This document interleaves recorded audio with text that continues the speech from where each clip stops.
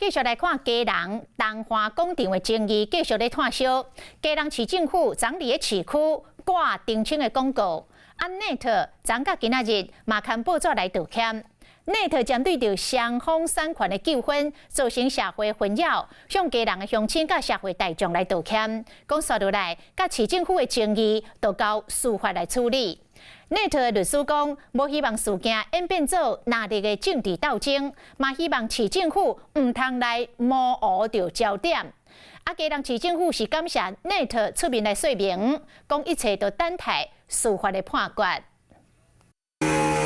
基隆东华商场的产权争议不断，为经济点到市府招商产权问题，处处互 Net 公司产生质疑，引发斗争。不过即马拍开报纸，连续2天 ，Net 搁再登报广告顶悬写道歉，公司和基隆市府的民事纠纷应该爱互司法来判定，造成社会混淆，向基隆乡亲还有台湾人民会失礼。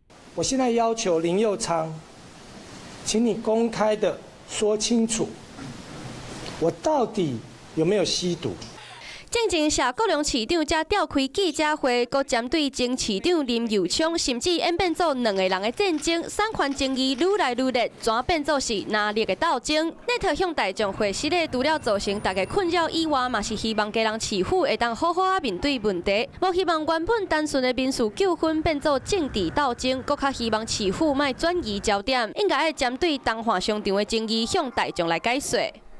对于造成基隆乡亲以及全体国人的不安，我们感到相当的抱歉。希望基隆市政府能够完整的回归主轴，向我们交代。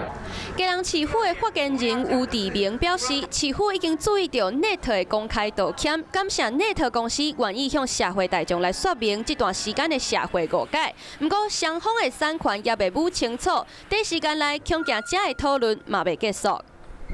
Hello， 我是林仙怡。想要抢先掌握最及时的新闻资讯吗？赶快订阅、按赞、开启小铃铛，锁定华视新闻 YouTube 频道。